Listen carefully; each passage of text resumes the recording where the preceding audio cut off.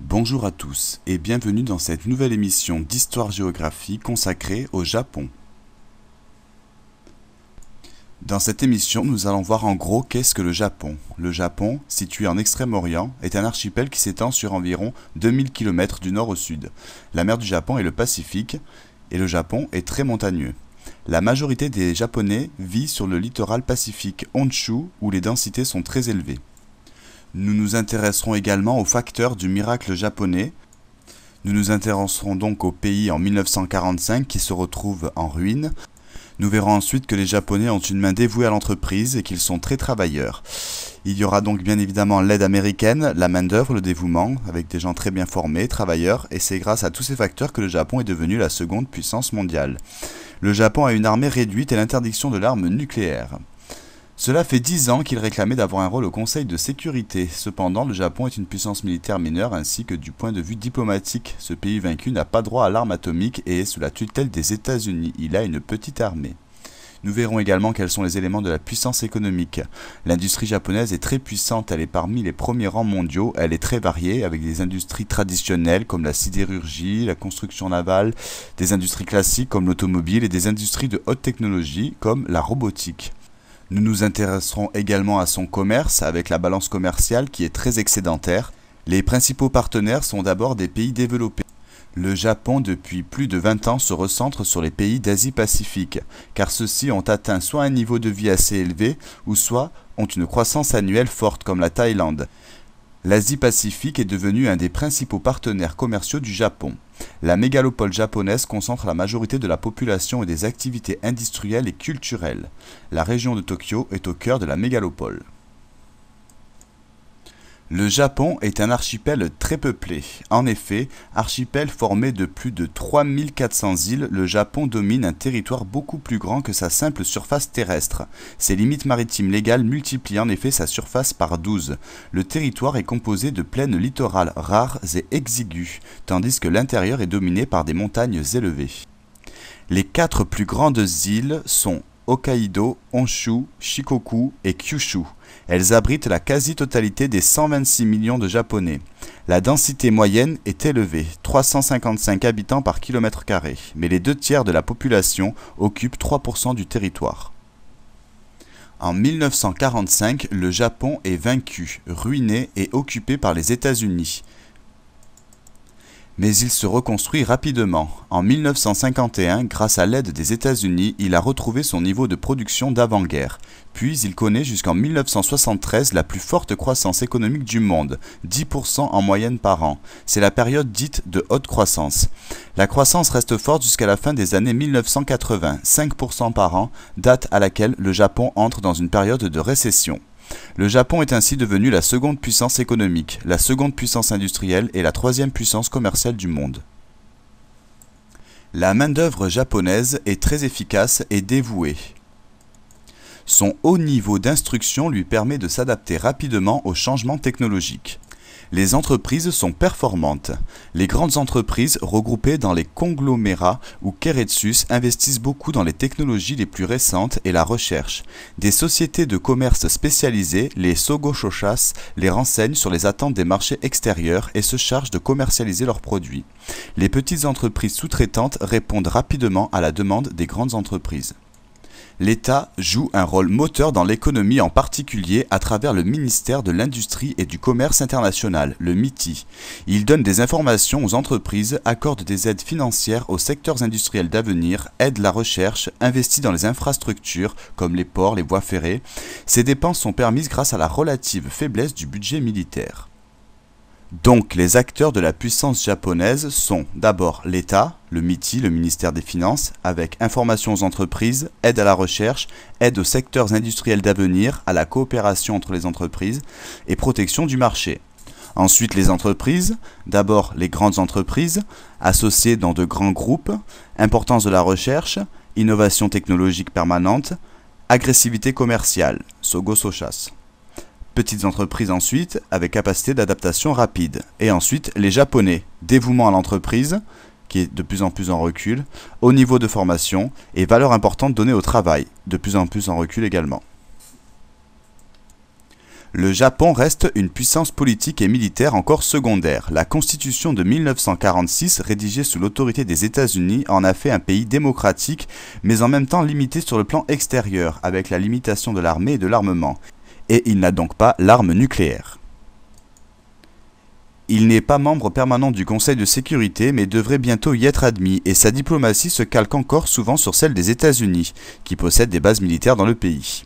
Le Japon a aussi une influence culturelle réduite, sa langue et son mode de vie ne se sont pas exportés, les Japonais sont même largement américanisés, avec l'importance du baseball et du golf par exemple, et la diffusion des séries télévisées américaines. Le Japon, avec 15% de la production mondiale, est la seconde puissance industrielle derrière les États-Unis. Les industries de base, la sidérurgie, la pétrochimie et la construction navale avec 40% de la production sont très puissantes, mais elles souffrent de la croissance de la production mondiale et de la concurrence des nouveaux pays industrialisés d'Asie. L'automobile reste un fleuron de l'industrie japonaise. Le Japon est le second producteur mondial d'automobiles. Toyota fournit plus du tiers de la production nationale. Les industries de haute technologie sont le point fort du Japon. Elles représentent plus du quart de la production nationale et progressent fortement dans tous les domaines, matériel électronique, télécommunications, robotique, nouveaux matériaux, biotechnologie. Avec 9% des échanges internationaux, le Japon est la troisième puissance commerciale derrière les États-Unis et l'Allemagne. Ses principaux partenaires commerciaux sont les États-Unis, les pays d'Asie du Sud-Est et l'Union européenne. Le Japon exporte des produits industriels, notamment des automobiles, des machines, du matériel électrique et électronique. Comme il a très peu de ressources naturelles, il importe beaucoup de matières premières minérales ou énergétiques, près de 100% de sa consommation de fer, de charbon ou de pétrole. Il achète aussi beaucoup de produits agroalimentaires. La balance commerciale du Japon est très excédentaire, pourtant les exportations ne représentent que 10% de la production japonaise. En fait, les excédents sont surtout dus à la faiblesse relative des importations liées à la protection du marché intérieur et à la faible attirance des Japonais pour les produits étrangers. Depuis les années 1980, les entreprises industrielles et de services japonaises se délocalisent, notamment aux États-Unis et dans l'Union européenne pour se rapprocher de leur clientèle et éviter les barrières douanières et en Asie du Sud-Est. Toyota a ainsi créé récemment une usine en France, à Valenciennes. Cependant, la part de la production industrielle à l'étranger ne représente que 10% du PNB, contre 19% pour l'Allemagne et 23% pour les États-Unis. Le Japon est aussi le premier fournisseur d'aide publique au développement, surtout vers l'Asie, et prête des capitaux au monde entier. Le Japon est une société soudée et hiérarchisée. En effet, la société nippone, japonaise, est fondée sur des rapports hiérarchiques entre les individus qui sont inclus dans divers groupes, comme la famille ou l'entreprise. La priorité donnée au groupe par l'individu garantit un ordre social où les revendications personnelles sont mineures. L'individu s'identifie par rapport au groupe. L'individu est une petite pièce au sein d'un vaste puzzle. Le groupe est présent à tous les échelons de la vie. Les devoirs de l'individu envers la communauté sont considérables. Prendre soin de ses parents âgés, veiller à la qualité de vie du quartier, contribuer à la réussite de l'entreprise ou consommer des produits japonais. La maison japonaise est une bonne illustration de l'identité nippone, mêlant passé et modernité. Amour du travail bien fait, faible absentéisme et dialogue entre patrons et ouvriers sont présentés comme les qualités des entreprises japonaises. Les salariés donnent beaucoup car ils s'identifient à leur entreprise. Mais pour y entrer, dès l'école, les Japonais sont confrontés à une rude compétition. Ce modèle de société est aujourd'hui rejeté par une partie de la jeunesse. Les relations entre le Japon et ses voisins ont longtemps été tendues à cause de la politique d'expansion japonaise de la première moitié du siècle. S'il inquiète, le Japon fascine, par sa réussite économique.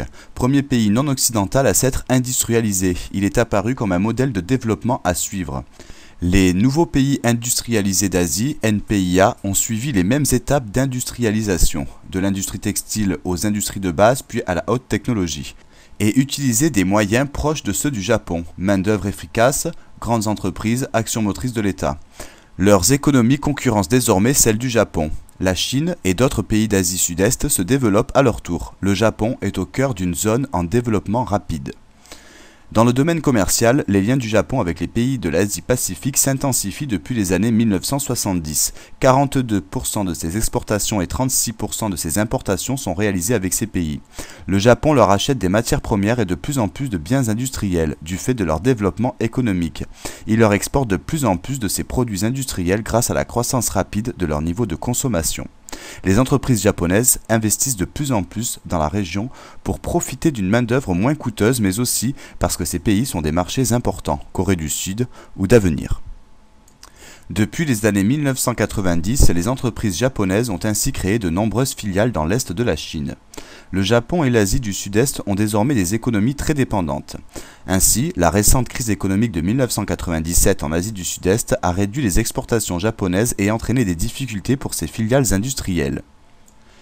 Depuis la fin du XIXe siècle, le Japon est surtout fasciné par l'Occident, mais aujourd'hui l'Asie-Pacifique éveille l'intérêt des Japonais. Ils s'y rendent plus nombreux en vacances, les livres sur l'Asie se multiplient, les échanges culturels s'intensifient, comme l'accueil d'étudiants asiatiques. En même temps, le Japon améliore ses relations diplomatiques avec les pays d'Asie. Il commence à reconnaître les crimes de la Seconde Guerre mondiale, à demi-mot, et il a renforcé ses relations avec la Chine. Dans les années 1990, le Japon espère jouer un rôle politique régional important dans l'avenir. Le territoire japonais est contraignant. Il est fragmenté en 4 îles principales et 3400 autres îles. Il possède peu d'espace plat. Les 3/4 du pays sont dominés par des montagnes aux pentes souvent abruptes, alors que les plaines, étroites, sont limitées au littoral. C'est aussi une terre à haut risque, aux typhons et éruptions volcaniques, 77 volcans actifs. S'ajoutent les nombreux séismes de Kobe en 1995 par exemple, et les tsunamis. La population japonaise, qui comprend 126 millions d'habitants, est très inégalement répartie. Les densités humaines sont très fortes dans les plaines littorales de la façade pacifique.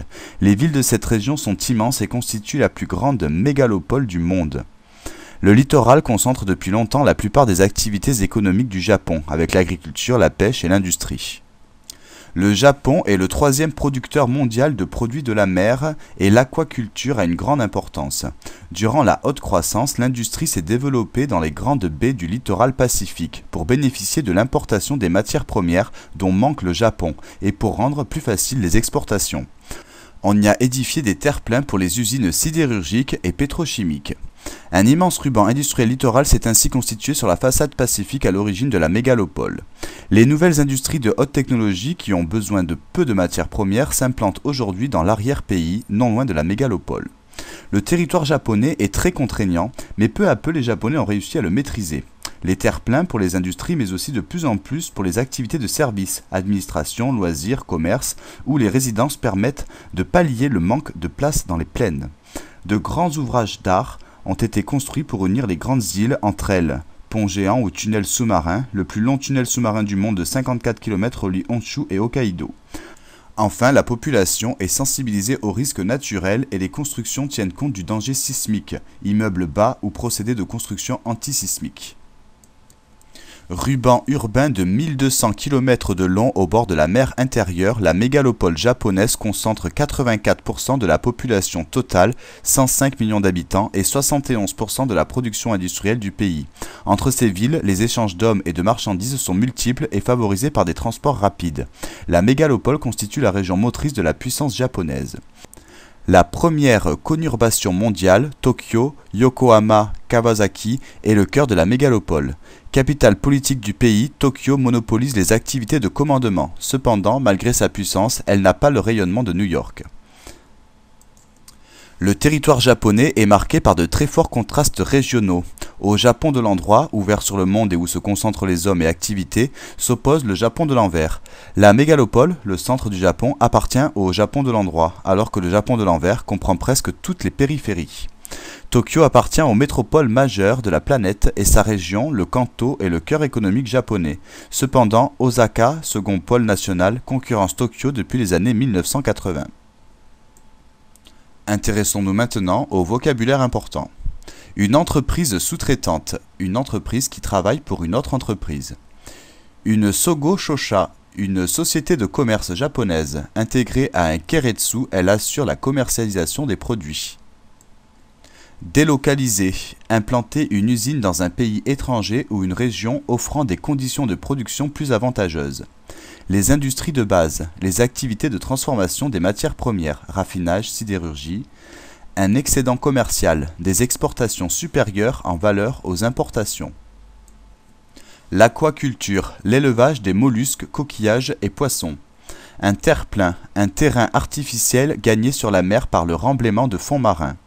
Un tsunami, un raz-de-marée provoqué par un séisme. Un typhon, une tempête d'origine tropicale se déplaçant rapidement avec des vents violents. Les activités de commandement, les activités de décision économique, financière, politique ou culturelle qui ont une influence sur tout le pays et pour certaines d'entre elles, sur le monde entier. Une conurbation, un ensemble formé de plusieurs agglomérations qui se touchent. Le centre, l'espace économique le plus dynamique d'un pays. Il n'est pas forcément situé au centre géographique du pays. Les périphéries, les régions les moins développées d'un pays. L'essentiel sur le Japon a été dit, nous nous retrouvons la prochaine fois avec une nouvelle émission intitulée « La vie politique française de 1945 à 1995 ». À bientôt.